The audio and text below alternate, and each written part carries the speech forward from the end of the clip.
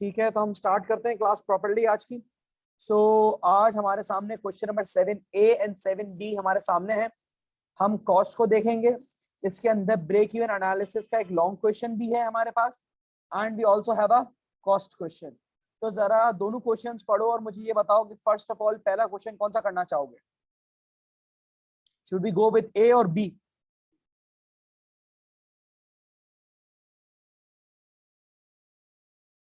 Part A से start करें, part B से स्टार्ट करें?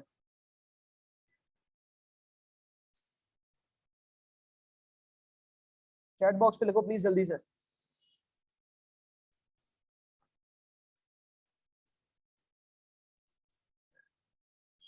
जल्दी जल्दी बताओ।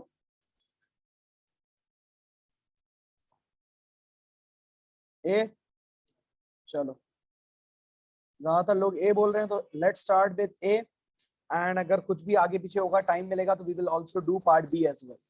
So the question is telling us, explain why it is important for a business to be able to identify and calculate cost. अब देखो, सवाल इसी तरीके से स्टार्ट होगा, सवाल उसी तरीके से स्टार्ट होगा जो हमारी नॉर्मल प्रैक्टिस है, that whenever we have a long question, हम उसपे की डिफाइनिंग टर्म देखते हैं, and the key defining term over here is what? Cost. सही है। कॉस्ट होती क्या है? Cost is the financial outflow or the money that the business incurs to provide or to produce a good and to provide a service to its consumers. ठीक है, ये cost की basic information है और definition है। क्या cost हमारे सामने दो तरीकों से आती है हमारे सिलेबस के अंदर। The first one is known as variable cost, while the other one is known as what? Fixed cost. ठीक है, एक छोटा सा इंट्रोडक्शन हो गया। So why do you think it is important for a business to identify and calculate cost? कोई input है आप लोगों की तरफ से? क्या रीजंस हो सकते हैं that it is important for a business to identify and calculate cost? Yes, anyone? Chat box पे लिखो या जल्दी माइक खोल के बताओ, जल्दी जल्दी।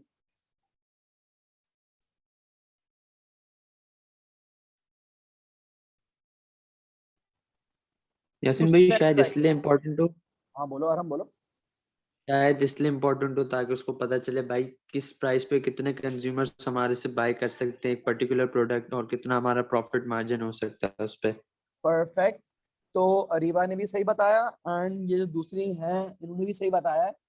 सही है, pricing strategy helps in planning, reviewing the activity. बिल्कुल। तो अब let's take a scenario that it is important to identify and calculate cost because it helps in identifying that what is the cash outflow or the financial amount required to produce a particular good or to provide a particular service. Therefore, when we are aware that how much finance or money is being incurred or what is the total cost of producing a particular good or providing a service, we can set our prices accordingly and ensure that we are able to generate a profit and a return for ourselves, as we are able to set prices at such a level that we are able to recover our cost and avoid going into a loss. So yes, it is important to identify and calculate cost because it helps us in setting prices, basically the right price, so we are able to recover our cost and avoid going into a loss and help us in generating a profit and return for ourselves. ठीक है। दूसरा किसी ने बोला था हमें planning में help करते हैं। यस, जब हमारे पास कॉस्ट इंफॉर्मेशन होगी तो हमें पता होगा कि हमारा आउटफ्लोस क्या है। So the information will also help us in preparing the cash flow forecast, that what will be our outflow when we will be producing this particular good. Therefore, we can manage our working capital effectively. As if there is a shortage due to the cost information, we can ensure and prepare well ahead of the crisis and ensure that we have a loan or money injected into the business to avoid such a crisis and the business continues to operate. Bilkul. Also, the cost information is important because it will help us in decision making, evaluating the business activity. As with the cost information, we can compare the cost information with the previous years. We can do what? We can compare the cost information with the previous years or with the competitors' data and evaluate that how our business is actually performing. But the cost data is quantitative. It may help us in our decision making process. It may give us guidance. However, it lacks qualitative information, as there may be some cases that the cost may have increased due to any external forces, due to which the business performance may be deteriorating. Therefore, we cannot completely rely on the cost data to make a valuable or an accurate decision. सवाल समझ में आ रहा है? हमने change जो 2-3 बनाई है, clear है?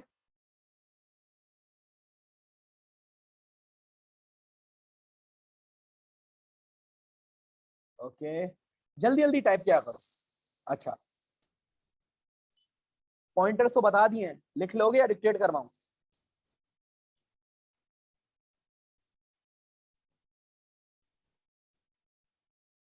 यस, लिख लोगे या डिक्टेट करवाऊं?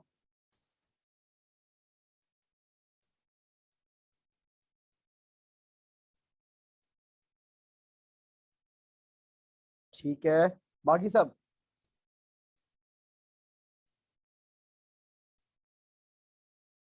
अगर आप लोग कर लोगे तो we will move on to the next part. Yes, quickly, जल्दी इनपुट दिया करो, आप लोग बहुत देर करते हो. मूव ऑनवर्ड्स, ठीक है. So in this particular scenario, इसका पैटर्न एक दफा वापस रिपीट कर देता हूं, as you are going to write it on your own. It's nice. So first of all, we will explain what is cost. So वो हम बताएंगे cost is the financial outflow that the business incurs while producing a particular good and providing a particular service. Introduction हो गया.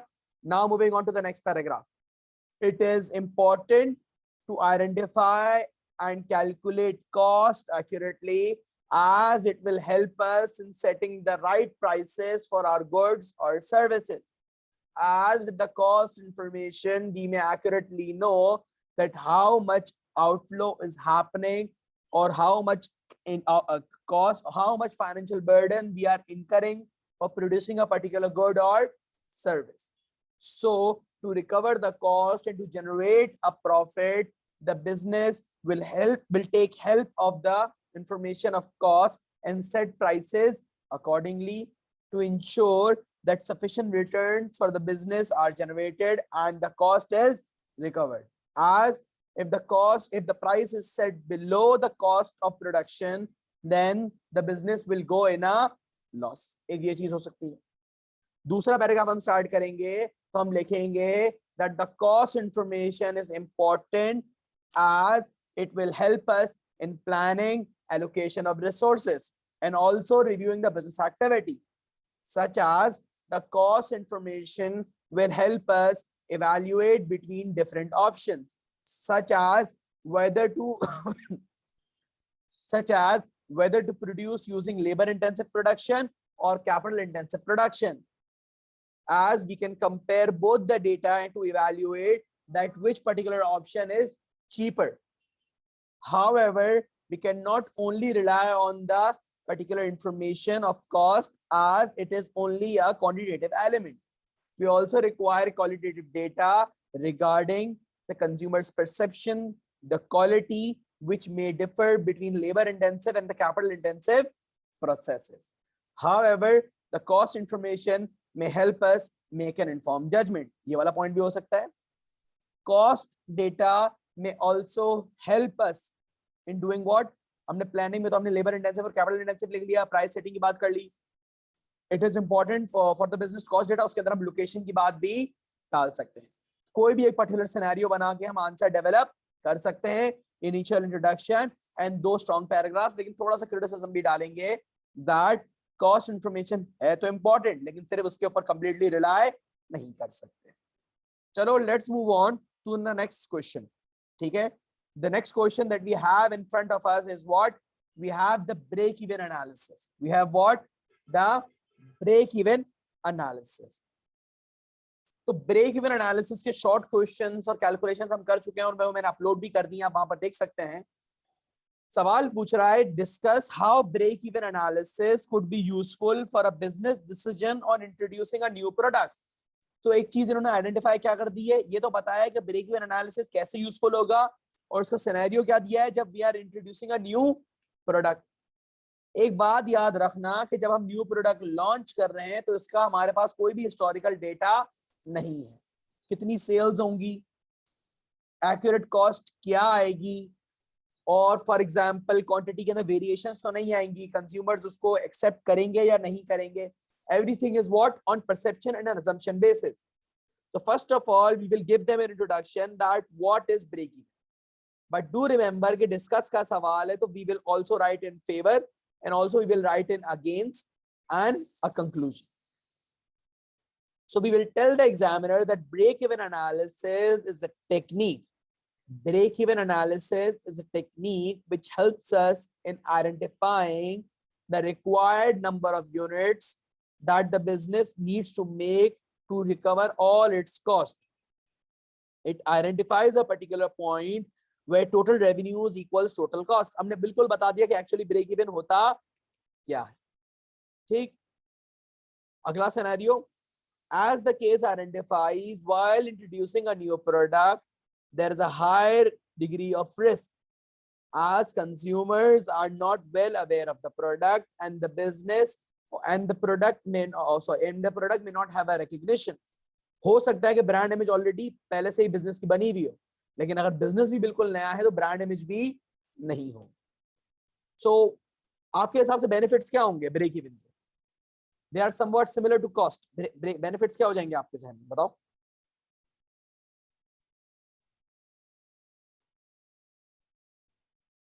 Yes, okay.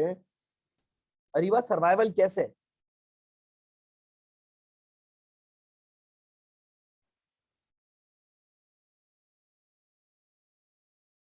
Survival कैसे?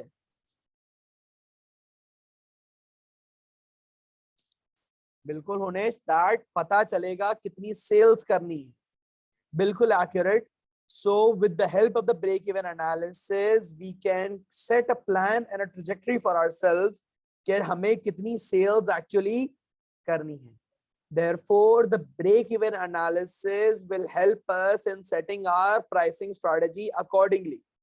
सही है, हमें pricing strategy set करने में और right price choose करने में help करेगा, ताकि हमें ये, क्योंकि हमें एक्चुअली पता है कितने यूनिट्स पे ब्रेक इवन होगा या हमारी बिल्कुल सेल्स। अच्छा देखो, ये बात का सिनेरियो, अगर सेल्स नहीं हो रही तो कोशिश करेंगे कॉस्ट कम करनी पड़े, ये अलग सिनेरियो। ठीक है, ये इस तरह का सिनेरियो यहाँ पर नहीं बैठेगा। देखो हमें पता है कि सेल्स कितनी करनी है, कितने यूनिट्स बेचने हैं, कंपेयरिंग सर्टेन सिनेरियो। सो जब हमारा ब्रेक इवन एनालिसिस होगा, यूनिट्स ऑलरेडी मेंशन होंगे, तो फ्यूचर प्रेडिक्शंस, बिल्कुल आराम, फ्यूचर प्रेडिक्शंस में हेल्प करेगा, हमें प्लानिंग में हेल्प करेगा, इंश्योर करेगा कि हम सारी चीजें, अगर कोई चीजें हमारे प्लान के हिसाब से नहीं जा रही या जो हमने प्राइस सेट करी है उसके हिसाब से आउटपुट नहीं निकल रहा, सेल आउट नहीं हो रहा, या हमने जो कॉस्ट सेट करी उसके अंदर वेरिएशन आ रही है, तो जब हमारे पास ऑलरेडी डेटा अवेलेबल होगा तो उसके अंदर हम चेंजेस करके देख सकते हैं कि हमें वेरिएशन कहाँ पर लाने की जरूरत है, कहाँ पर और किस तरीके से वेरिएशन लाने की जरूरत है। ठीक है, तो हमें प्लानिंग में हेल्प करेगा। ठीक, एंड लॉस अवॉइड करने में बिल्कुल हेल्प करेगा। लेकिन वही बात है, इसकी लिमिटेशंस यही आती हैं दैट ब्रेक इवन एनालिसिस क्या करता है, ये अज्यूम करता है कि हम जितने यूनिट्स बनाएंगे सब कुछ बिक जाएगा। Yes, there is a possibility of this happening, but there is no guarantee कि हमेशा ऐसा ही होगा। Break even analysis while calculating ये अज्यूम करता है कि कॉस्ट एंड रेवेन्यूज की लाइंस क्या है, स्ट्रेट है and everything will remain constant, but reality is completely different as the business environment is dynamic and constantly changing. And when we are using the break-even analysis does not account for the external influences such as the political condition, the economical condition and the social factors. तो इन सब चीजों को ये consider नहीं करता। ठीक है, तो जाहिर सी बात, ये प्लानिंग में हेल्प करेगा, ये हमें प्राइस सेटिंग में हेल्प करेगा, ये मार्केट में पेनिट्रेट करने में हमें हेल्प करेगा। ठीक है, it will help us in effectively establishing ourselves in the market, but it does not, break even doesn't tell us how to increase sales. वो तो देखो वो तो ये वाला मॉडल का काम ही नहीं है। उन्हें दिस मॉडल्स यूज और purpose is what, to identify कि कितने यूनिट्स में बनाऊं ताकि ना मेरा प्रॉफिट हो ना मेरा लॉस हो। तो ये थोड़ा आउट ऑफ द बॉक्स बात चले जाती है। ठीक है, बात सही कह रहा हूं लेकिन यहाँ पर सही फिट नहीं बैठती। तो यहाँ पर इस तरीके से आपका आंसर फॉर्म होगा। सबसे पहले तो मुझे बताना है कि ब्रेक इवन एनालिसिस होता क्या है, फिर हम उसमें हमने ये बता दिया कि हम आइडेंटिफाई करेगा रेवेन्यू, प्रॉफिट एंड लॉस के पॉइंट्स वगैरह सब चीज हमें पता चल गई। नाउ हम यूजफुलनेस की बात करें, ठीक है। तो जो यूजफुलनेस होगी, तो यूजफुलनेस हमें कैसे होगी कि यूजफुलनेस हमें हेल्प करेगी बताने के लिए कि हमें पहले से पता चल जाएगा मेरी फिक्स कॉस्ट कितनी है, मेरी वेरिएबल कॉस्ट कितनी है, और अगर मुझे प्रॉफिट जनरेट करना है तो मुझे प्राइस क्या सेट करनी पड़ेगी। चीजें मुझे ऑलरेडी आइडेंटिफाइड होंगी, सो मैं प्राइसेस अपनी उस हिसाब से सेट करूंगा, प्लानिंग अपनी उस हिसाब से करूंगा, and I can continuously observe with the analysis that is the business going the right direction or not. If it is not, I can make amendments or changes accordingly. लेकिन फिर उसके साथ साथ एक ड्रॉबैक की क्रिटिसिज्म भी साथ साथ डाल दो, that it is a simplistic model and it assumes that all the costs and revenues are constant and they may not change and vary over time. However, it is not the case. दूसरी बात, break even analysis हमें production planning में help करेगा कि कितना output produce करना है। इसकी वजह से हम प्रॉपर इन्वेंट्री मैनेजमेंट कर सकते हैं। तो एक नया प्रोडक्ट हम मार्केट में लेके आ रहे हैं तो हम इंश्योर करेंगे कि इतनी इन्वेंट्री हमारे पास हो ताकि डिलेज ना आए, प्रोडक्ट टाइम पे डिलीवर हो जाए। लेकिन वही बात यहाँ पर आती है कि ब्रेक इवन एनालिसिस अज्यूम करता है कि हम जितने यूनिट्स बना रहे हैं वो सब बिक जाएंगे, and reality is completely different. It can happen, but it is not necessary as the analysis does not account for the external factors which may influence the business operations. तो जरूरी नहीं हमेशा ऐसा ही हो जैसा बिजनेस चाह रहा है।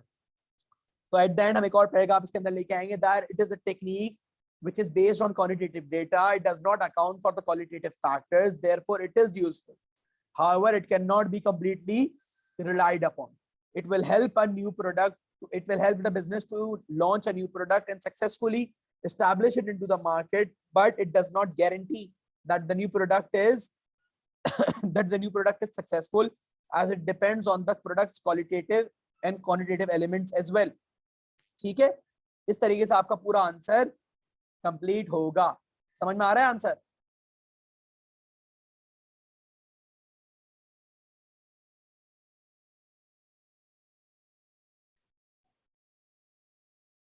यस, आंसर समझ में आ रहा है आप लोगों को?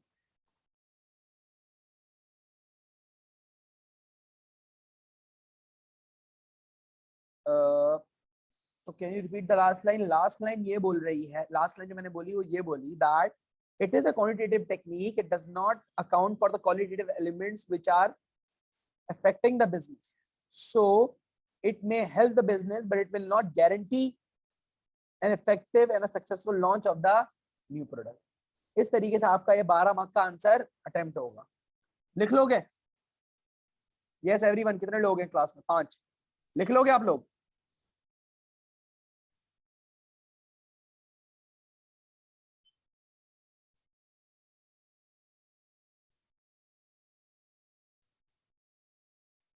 अच्छा देखो हुनेश, पहले से सेट इंस्ट्रक्शंस नहीं होते कि अगर 12 मार्क का सवाल है तो इतना फेवर इतने अगेंस्ट। यूजुअली देखो मेरी जो प्रैक्टिस होती है कि इनिशियल इंट्रोडक्शन एंड देन 12 में 3 स्ट्रॉन्ग पैराग्राफ्स होते हैं और 8 में 2 स्ट्रॉन्ग पैराग्राफ्स होते हैं after introduction. So you can write 2 in favour 1 in against, या 2 इन फेवर 2 इन अगेंस्ट। लेकिन आपको जो मैंने पैराग्राफ्स बताए उसमें मैंने क्या बताया है कि जहां मैं फेवर बता रहा हूँ वहीं मैं क्रिटिसिज्म में नेगेटिव पॉइंट लेके आ रहा हूँ, जहां मैं फेवर बता रहा हूँ वहीं मैं क्रिटिसिज्म में नेगेटिव पॉइंट लेके आ रहा हूँ, और फिर एट द एंड मैंने कंक्लूड किया है। मैंने एक ही पैराग्राफ में फेवर भी लिखा है, उसी के साथ ड्रॉबैक, फिर अगले पैराग्राफ में वही मैंने फेवर लिखा है उसके साथ ड्रॉबैक, और एट द एंड मैंने क्या दिया है? कंक्लूजन दिया है। पैटर्न समझ में आ रहा है उनेश? और इनिशियल इंट्रोडक्शन दिया है हमने।